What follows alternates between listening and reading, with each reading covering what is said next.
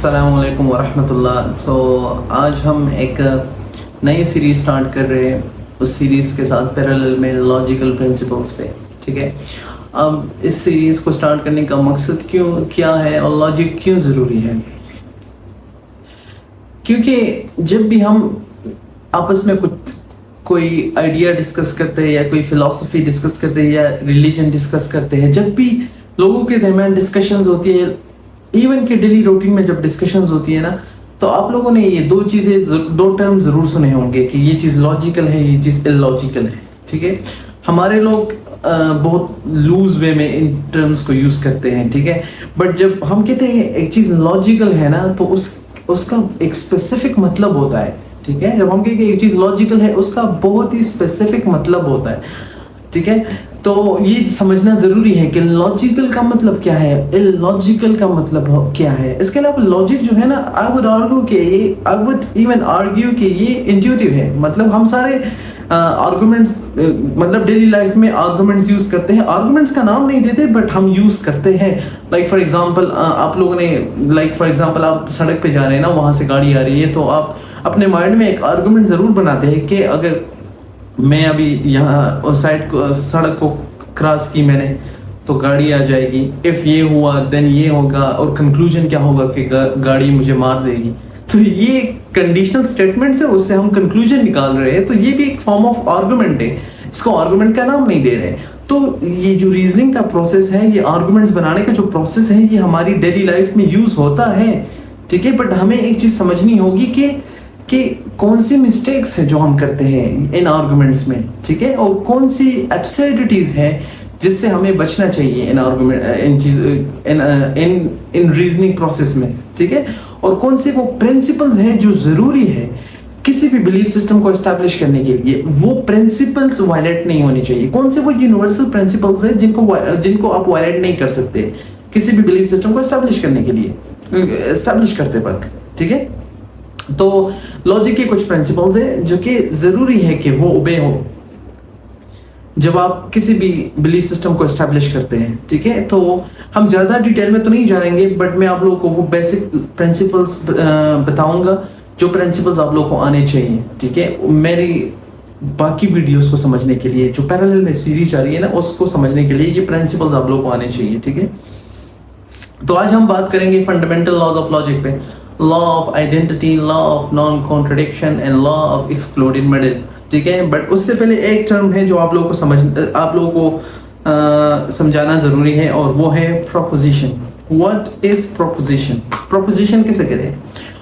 Proposition एक ऐसी statement को कहते हैं जो दो कॉन्सेप्ट्स के दरमियान पॉजिटिव रिलेशन या नेगेटिव रिलेशन को एफर्म करे।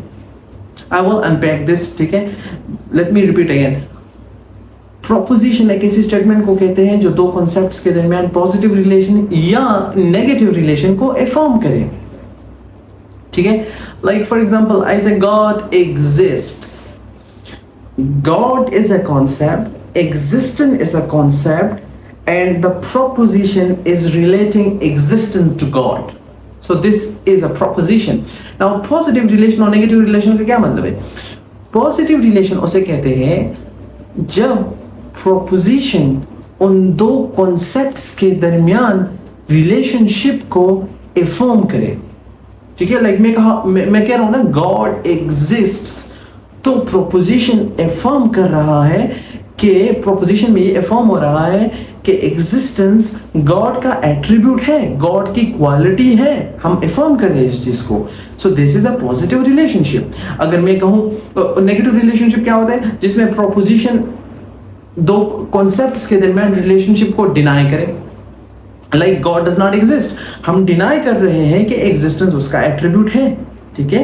Another example would be like मैं कहूँ कि plant do not produce oxygen at night, तो मैं क्या कह रहा हूं कि रात के वक्त ऑक्सीजन प्रोडक्शन और प्लांट्स के दरमियान जो रिलेशनशिप है वो एग्जिस्ट नहीं करता, मैं डिनाई कर रहा हूं इस रिलेशनशिप को। तो ये नेगेटिव रिलेशनशिप है, ठीक है। आई होप कि इसकी समझ आ गई होगी कि प्रोपोजिशन क्या होता है, ठीक है। अब हम बात करेंगे कि प्रोपोजिशन किन किन कंपोनेंट से मिलके बनता है। Proposition is composed of 3 main components, ठीक है। Number one is subject, number two is predicate, and number third is relation. ठीक है, relation. अब subject क्या होता है? Subject के जिसके बारे में बात हो रही है, ठीक है. The subject is the entity or concept about which something is being said or predicated. ठीक है, जिसके बारे में बात हो रही है. Like मैं कहता हूँ ना God exists, तो मैं किसके बारे में बात कर रहा हूँ? मैं God के बारे में बात कर रहा हूँ. ठीक है, तो God is the subject.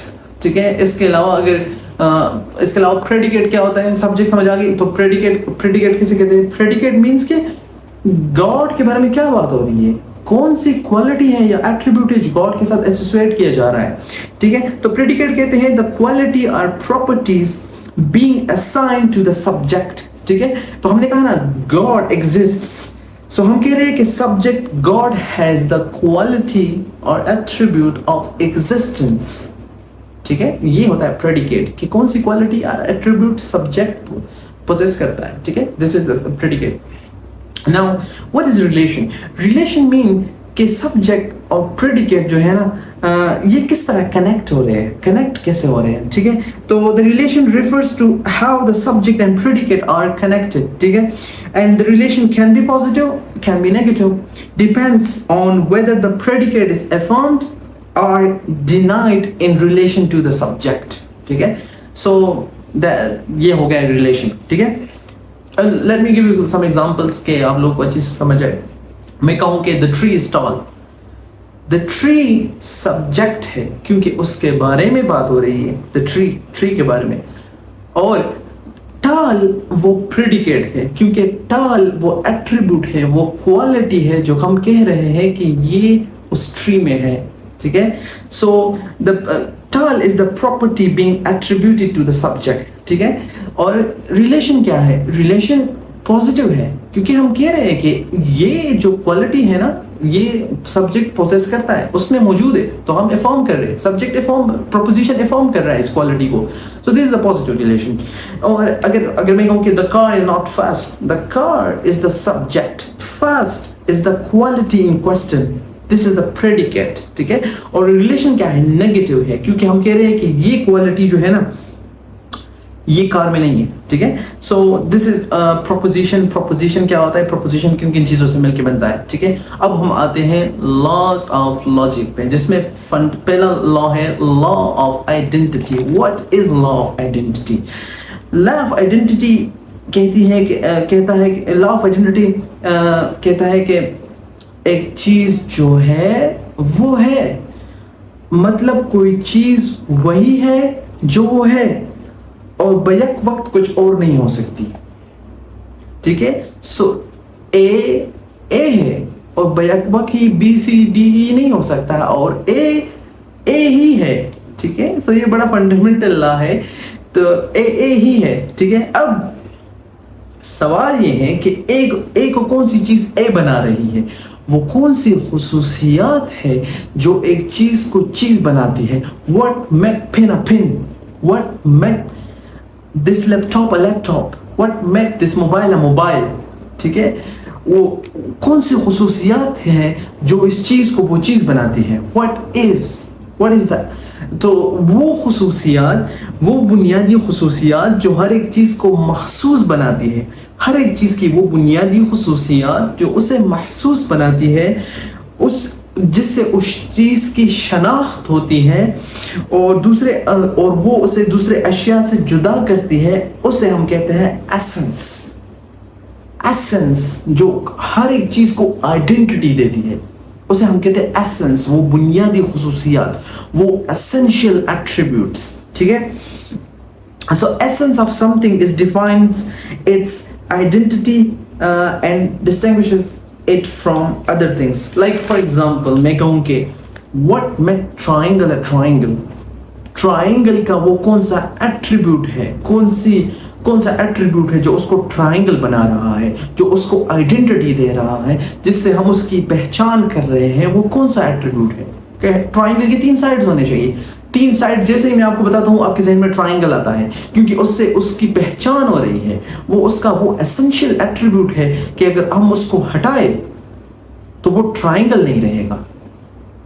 ठीक है, वो ट्राइंगल नहीं रहेगा अगर उसको हटाए। तो this is the essential attribute. हमारे पास एक और किस्म का भी एट्रीब्यूट होता है। एट्रीब्यूट दो किस्म के होते हैं, एक होता है एसेंशियल एट्रीब्यूट और दूसरा होता है एक्सीडेंटल एट्रीब्यूट। जो एसेंशियल एट्रीब्यूट होता है ना, वो हर एक चीज को आइडेंटिटी देता है, ठीक, और दूसरी चीजों से उसे मुख्तलिफ करता है। Like triangle, what is the essence of triangle, what are the essential properties of a triangle, के ट्राइंगल के 3 साइड्स होनी चाहिए, बट ट्राइंगल किसी भी कलर का हो सकता है, तो वो है एक्सीडेंटल एट्रीब्यूट, जिसके चेंज होने से ट्राइंगल पे फर्क नहीं पड़ता और ट्राइंगल स्टिल एग्जिस्ट करेगा, बट एसेंशियल एट्रीब्यूट के चेंज होने से वो अपनी आइडेंटिटी को देगा, ठीक है। So that is the essence. Like for example even number is divisible by 2, that is the essence of even number, जिससे हम उसकी पहचान करते हैं। और अगर आपको कोई कहे कि 5 इज इवन और नॉट, आप कहते हैं कि 5 इज डिविजिबल बाय 2 और नॉट डिविजिबल बाय 2, फिर तो ये इवन नंबर नहीं है, ठीक है। तो like 5 does not have the essence of even number, ठीक है। So this is the law of identity. Law of identity में in simple words self identity पे बात हो रही है, ठीक है। An object is what it is. An object is what it is, ठीक है, and it remains itself and is distinct from everything else, ठीक है। So a book is a book and not a cup. A mobile is a mobile and not a laptop, ठीक है। So this is law of identity. Essence क्या है? Essence define कर रहा है वो identity उस चीज की, ठीक है। तो और essence उसको identity दे रहा है, ठीक है। तो ये है law of identity, ठीक है। सो यहाँ तक लॉ ऑफ आइडेंटिटी है। अब हम आते हैं दूसरे लॉ पे। दूसरा लॉ है लॉ ऑफ नॉन कॉन्ट्रडिक्शन। तो लॉ ऑफ नॉन कॉन्ट्रडिक्शन कहता है कि टू प्रोपोजिशन, अच्छा एक चीज मैंने आप लोगों को वहाँ आई थिंक मैंने मिस कर दी कि प्रोपोजिशन जो होता है ना, प्रोपोजिशन हमेशा ट्रू होता है या फॉल्स होता है, ठीक है। प्रोपोजिशन ट्रू होगा या फॉल्स होगा, ठीक है। और कुछ ऐसे स्टेटमेंट्स भी होते हैं जो प्रोपोजिशन नहीं होते क्योंकि उसका आंसर ट्रू या फॉल्स में नहीं आता। लाइक अगर मैं कहूँ कि रन फास्ट, ठीक है, और या मैं कहूँ कि प्लीज क्लोज द डोर, तो ये एक रिक्वेस्ट है, उसका आंसर ट्रू या फॉल्स में नहीं आता, ये प्रोपोजिशन नहीं होते, ठीक है। अब लॉ ऑफ नॉन कॉन्ट्रडिक्शन क्या बताता है?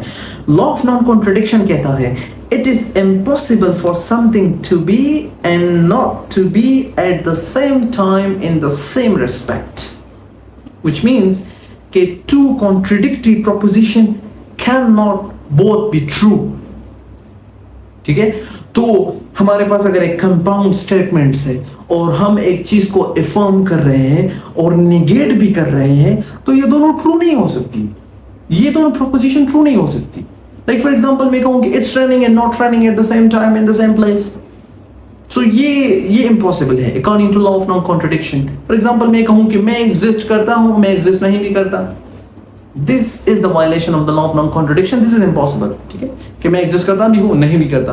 तो लॉ ऑफ नॉन कॉन्ट्रडिक्शन क्या बता रहा है कि ये दोनों स्टेटमेंट्स जो है ना, कि मैं एग्जिस्ट करता भी हूं नहीं भी करता, ये दोनों बैक वक्त सही नहीं हो सकती। इसमें ये दोनों बैक वक्त, ये दोनों प्रोपोजिशन सही नहीं हो सकता, ठीक है। मैं आप लोगों को लेक्चर दे भी रहा हूं, नहीं भी दे रहा हूं, ये दोनों प्रोपोजिशन जो है ना बैक वक्त सही नहीं हो सकती। This is law of non contradiction कि टू कॉन्ट्रडिक्टरी प्रोपोजिशन जो है ना ट्रू नहीं हो सकते, सही है। सो लाइक फॉर एग्जांपल मैं कहूं कि I am 62 feet tall and I am not 62 feet tall, so this is the violation of the law of non contradiction एक सिंगल एज पे, ठीक है, एक टाइम पे, ठीक है। This is violation of law of non contradiction. जब आप कहेंगे कि ये दोनों ट्रू है, लॉ ऑफ नॉन कॉन्ट्रडिक्शन क्या बता रहा है कि दो कॉन्ट्रडिक्टरी प्रोपोजिशन एक टाइम पे सही नहीं हो सकती, ठीक है, इन सिंपल वर्ड्स, ठीक है। सो proposition is either true and its negation is false, a proposition is either false and its negation is true, but दोनों चीजें ट्रू नहीं हो सकती। और ये मेजॉरिटी तौर पर ये लॉ ये प्रॉब्लम कब आता है ना, जब हम एक कंपाउंड स्टेटमेंट्स में एक चीज को अफर्म भी कर रहे हो, उसको निगेट भी कर रहे हो, ठीक है, तो वहां पर ये इशू आता है। लाइक फॉर एग्जांपल मैं कहूं कि married bachelor, bachelor mean unmarried, और मैं कह रहा हूं कि married bachelor, married unmarried, what does it even means? This is a meaningless statements. और जहां पर भी law of non contradiction violate हो गया ना, मतलब इस लॉ के खिलाफ हम जाएंगे तो स्टेटमेंट्स मीनिंगलेस हो जाएंगे, उस स्टेटमेंट्स का कोई मतलब ही नहीं होगा। इस लॉ को हम आगे यूज करेंगे, ठीक है। तो ये है लॉ ऑफ नॉन कॉन्ट्रडिक्शन। और ऐसा होता है ना कि जब हम एक कंपाउंड स्टेटमेंट देते हैं और एक चीज को अफर्म करते हैं और निगेट करते हैं ना, दोनों का सब्जेक्ट भी एक होता है और क्वालिटी भी एक होती है, ठीक है, दैट्स व्हाई कॉन्ट्रडिक्शन, वहां पर कॉन्ट्रडिक्शन आ जाती है, ठीक है, और इम्पॉसिबल हो जाता है कि वो दोनों चीजें एक टाइम पर एक रिस्पेक्ट से एग्जिस्ट करें, ठीक है। तो ये हुआ लॉ ऑफ नॉन कॉन्ट्रडिक्शन। अब है लॉ, थर्ड लॉ है law of excluded middle. What is law of excluded middle? Law of excluded middle कहता है कि any statement is either true और false, there is no middle ground. या तो एक स्टेटमेंट ट्रू होगा या फॉल्स होगा, इसके अलावा कुछ और नहीं हो सकता। लाइक फॉर एग्जांपल मैं कहूं कि मैं एग्जिस्ट करता भी हूं, नहीं भी करता, ये दोनों स्टेटमेंट फॉल्स है और कोई थर्ड पॉसिबिलिटी है, तो law of non contradiction, law of excluded middle कह रहे कि ऐसा नहीं हो सकता कि एक प्रोपोजिशन, आप एक स्टेटमेंट दे रहे हैं, एक प्रोपोजिशन बता रहे हैं और उसकी निगेशन भी बता रहे हैं, और पर आप कह रहे हैं कि ये दोनों चीजें गलत है और थर्ड पॉसिबिलिटी मौजूद है। लॉ ऑफ नॉन कॉन्ट्रडिक्शन कहता है इट्स इम्पॉसिबल। वो कह रहा है कि इन दोनों में एक का सही होना जरूरी है, ठीक है, it's running and it's not running, और आप कहें कि ये दोनों गलत है, कोई थर्ड पॉसिबिलिटी है। लॉ ऑफ एक्सक्लूडेड मिडल बताता है ये गलत आप कह रहे हैं, ठीक है, कि बारिश हो भी रही है, नहीं भी हो रही, ये दोनों स्टेटमेंट गलत है और कोई थर्ड पॉसिबिलिटी है। तो law of non excluded middle बताता है कि ये इम्पॉसिबल है। let me differentiate between the law of non-contradiction and excluded middle, क्योंकि लोग अक्सर इसको कंफ्यूज कर देते हैं कभी ना कभी। एग्जांपल देता हूँ, फॉर एग्जांपल रेनिंग वाली example again, it's raining and it's not raining.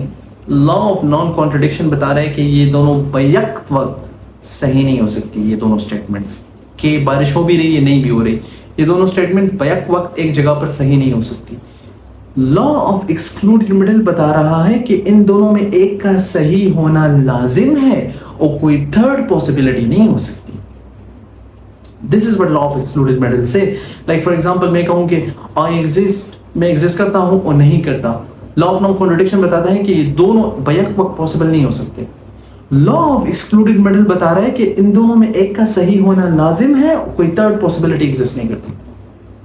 तो ये हो गया लॉज ऑफ लॉजिक, और आई थिंक आज के लिए इतना काफ़ी है। और नेक्स्ट लेक्चर में हम बात करेंगे जजमेंट और प्रोपोजिशनल मोडालिटीज़ पे। Thank you for watching this video, see you all in next video.